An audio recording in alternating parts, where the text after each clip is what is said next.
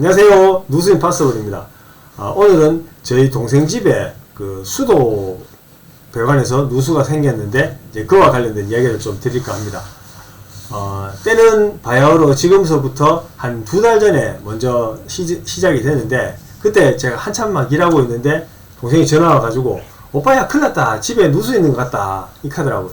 그래서 뭐 어떻게 알았는데 이랬더니 이제 금침하시는 분이 와가지고 봤는데 요금이 지난달보다 한 2배 정도 더 나오겠다 하는 거예요.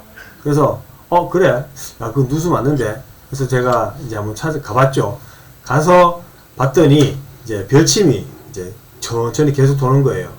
이게 별침이 눈에 보일 정도로 그렇게 돈다는 거는 누수가 꽤나 많이 있는 거거든요. 그런데 이게 집이 3층 건물이었는데 피해가 난 곳이 안 보이는 거예요. 그렇다는 얘기는 1층에서 누수가 발생할 확률이 크다 이렇게 생각을 했었거든요.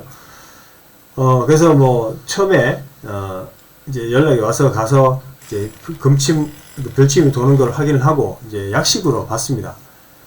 이제 1층에 심정이 가는 곳이 1층이 많으니까 1층하고 1층 101호, 102호 두 군데가 있는데, 102호는 좀 이게 단기인대라 가지고 불편하다, 좀 껄끄럽다는 거예요. 그래서 101호부터 봤는데 청음을 했습니다. 가스를 안 넣고 청음부터 그 수전 쪽에다가 이렇게 약식으로 해봤는데 누수음이 전혀 안 들렸거든요. 그래서 한 20분 정도 이렇게 탐지를 하고 오늘은 여기까지 하고 가겠다라고 하고 다음에 와서 다시 할 수도 있다, 좀 양해를 좀 부탁드린다 이렇게 얘기를 했죠.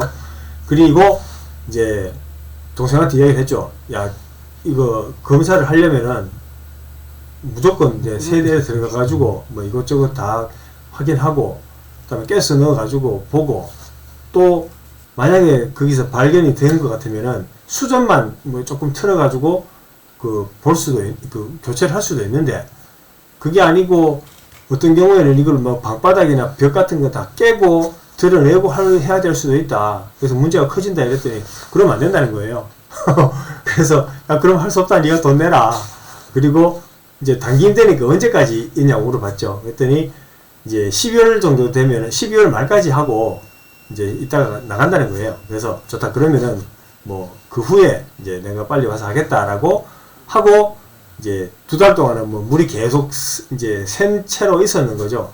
그래가지고 이제 1월 1일 날 정초부터 제가 누수 탐지를 하러 갔습니다. 가서 봤더니, 그러니까 부동전 있는데 제가 이제 이제 가스 검사를 할 수 있도록 심어놨으니까 가스만 바로 물려가지고 이제 검출을 되는지를 이제 확인을 했죠. 그래서 그쪽에 이제 가스 틀고 돌아와가지고 이쪽 건물 뒤에가 그 102호였는데 들어가서 보니까 이제 뭐 화장실이나 싱크대 이런 곳에서는 가스가 전혀 안 올라왔고요. 이 방이 2개가 있었는데 이 좀 안쪽 방에 거기에다가 이렇게 틈새로 이제 가스를 검출기를 이렇게 대보니까 전기 판넬을 썼는데 거기 막 새로 가스가 막 뿜어져 이제 검출이 되는 거예요.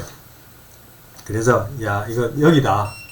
그래서 이 방바닥을 들춰보자 이러고 이제 전기 판넬을 드러냈죠. 드러내갖고 보니까 방바닥 위에 막 물 흥건하고 막 물 난리 난 거예요. 축축하게 젖어가지고 있고 막 전기 판넬에 물 다 머금고 있고 막 그렇게 된 거죠. 전기 판넬 다시 쓸 수 있을지 모르겠는데 일단 뭐 말려봐야죠. 그리고 이제 거기에 방바닥을 깼죠.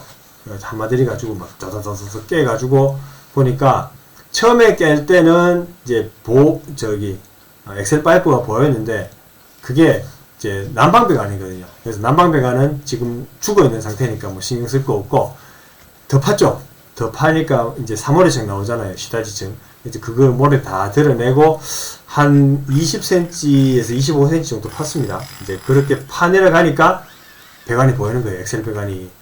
그게 이제 수도에서 마당에서 들어와가지고 이제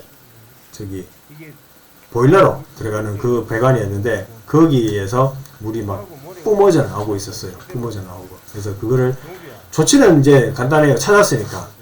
문제의 70% 이상은 풀어진 거죠.